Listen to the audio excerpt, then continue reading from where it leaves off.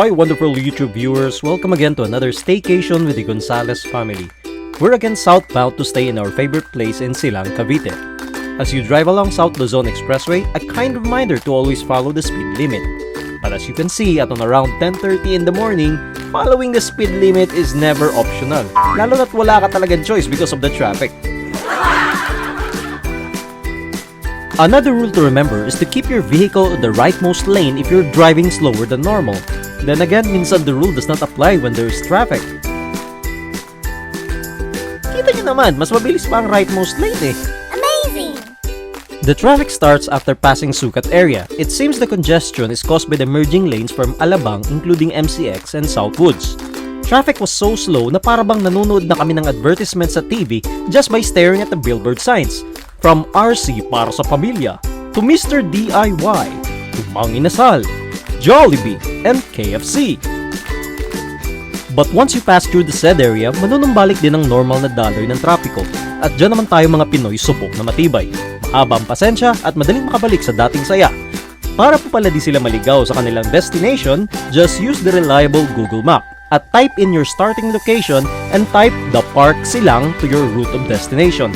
Usually, Google Map will provide you route exiting Binyan, so that would maximize the use of Calax or the Cavite-Laguna Expressway.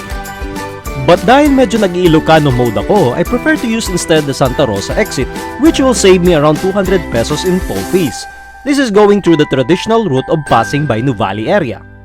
Either of the two exits, you will eventually be passing the same Santa Rosa Tagaytay Road. And once you're there, your landmark of interest para alam nyo na nasa area na kayo kung saan tayo pupunta, keep an eye for the Carolina Mall on your right and Adventist University of the Philippines on your left. If galing ka ng Nuvali going to Tagaytay, you are to turn right on the first corner upon seeing Carolina Mall. But there is a shortcut way. If you're a person na aminadong mahina sa direksyon, there is always an important rule. Magtanong sa gwapong sikyo at tsak may tuturo ya sa kanila ang tamang daanan. Once you have already turned right, huwag kayong matakot na maliligaw because there's a lot of signages that will guide you through such as this one. Guys, I guarantee you won't miss it because it's very obvious that the road will be going downhill and eventually you will be passing through a security guard post. Huwag po kayong ma-alarm, the security is very friendly. They won't even be bothering to checking on you kaya diretso lang po. As you go uphill, just remember to turn on the first right corner again and just you know it, you're already there. So my family had been here before. Please do check our vlog on this place by clicking on the tag on the upper right of this screen on our first visit when we had a different accommodation. While this time around, we upgraded to a higher room accommodation.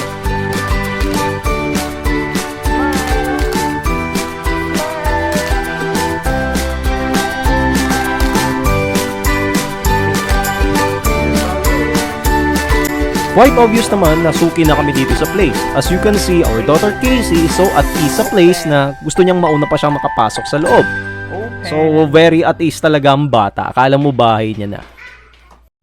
The room are almost identical to our previous accommodation. Also, it has 2 beds, a small dining set for 4. It has a smart TV, and the rest almost identical talaga. So wala masyado silang pinagkaiba din sa nauna. What I can say is maganda yung bed, malambot, malakas ang aircon, etc. We recommend you bring your own USB of cartoon movies, bring some castle, dinala namin yung castle. And speaking of castle, I would like you to meet the Reyna ng Pamilyang Gonzalez, my babachu cat ng buhay ko. Our stay here was meant to celebrate the birthday of our Casey. We would like to spend it as a family bonding experience for her.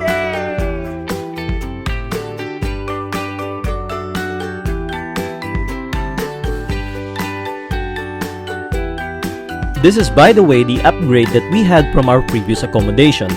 This one comes with its own small-sized pool, which is just outside the veranda. At meron pa to guys, instant access na makakapunta ka agad sa wide open space garden nila.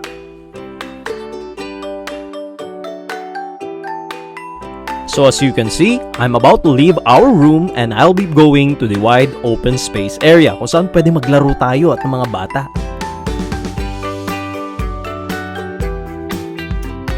Just outside the room is a fairly sized open lawn na pwedeng place for the kids to play outdoors. So So if you're looking for a place that is safe for the kids, this is a place to be. Now this place also comes with mini rooms. So as you can see, merong mga kwarto na mas maliliit. Para siyang bed spacer ang size. There are larger rooms that can accommodate a maximum of 4 adults. And rooms of similar size with jacuzzi that can hold 4 adults as well. Sorry, nakakatempo talaga mag-peace sign when you see yourself in the mirror. Effect po yan ng kakanood ng Korean novela.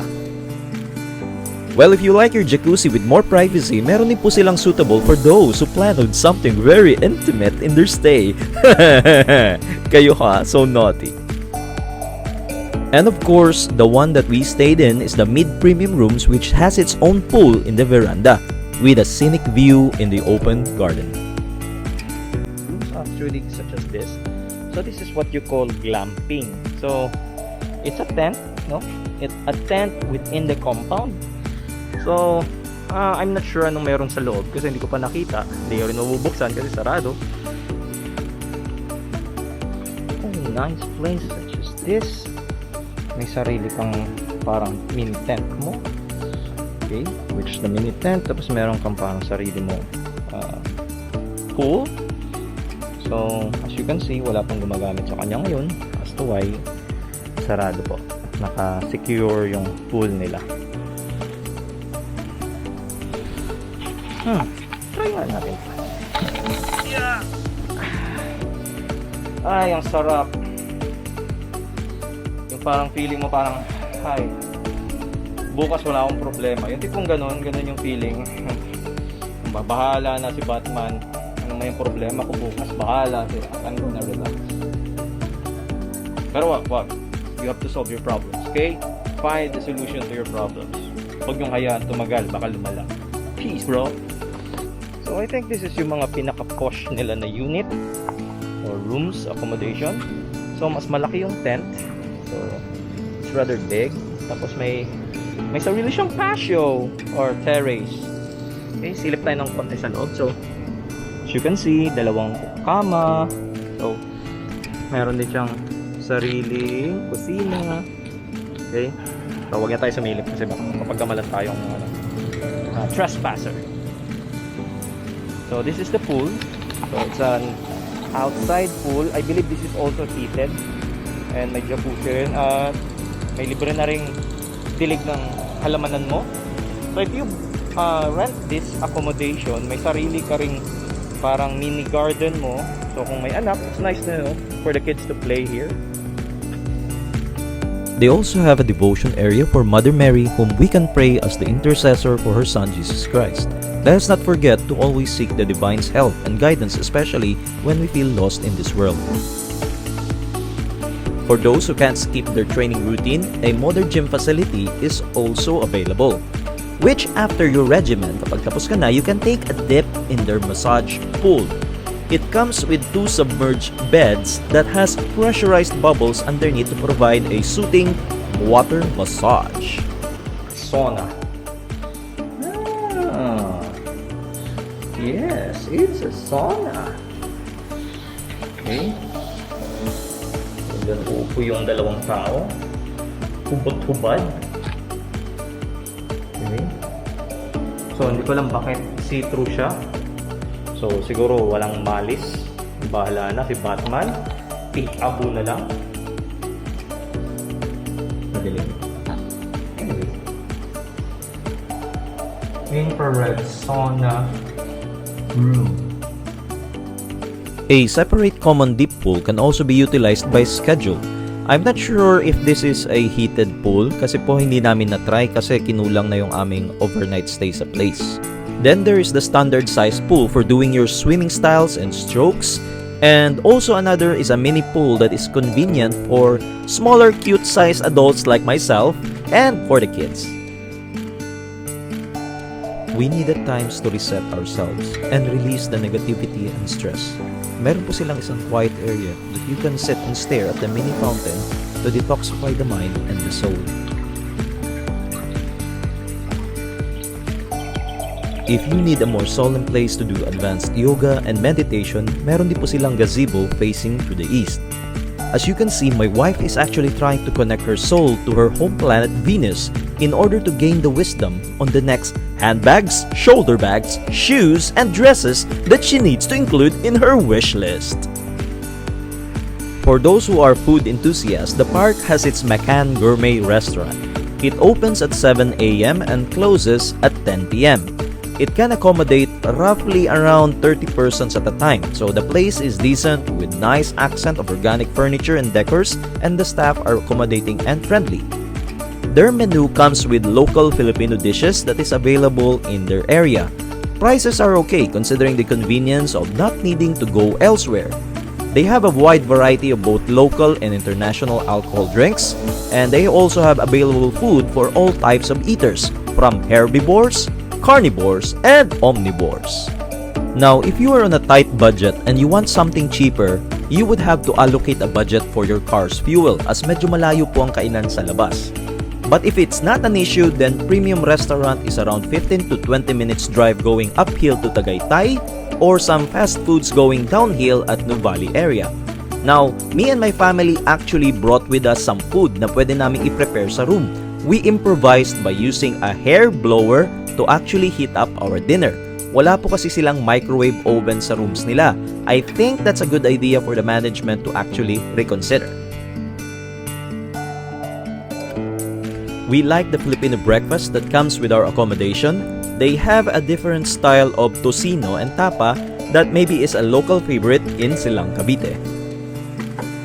Hi guys, so yun nagtatapos ang aming Staycation escapade at the park.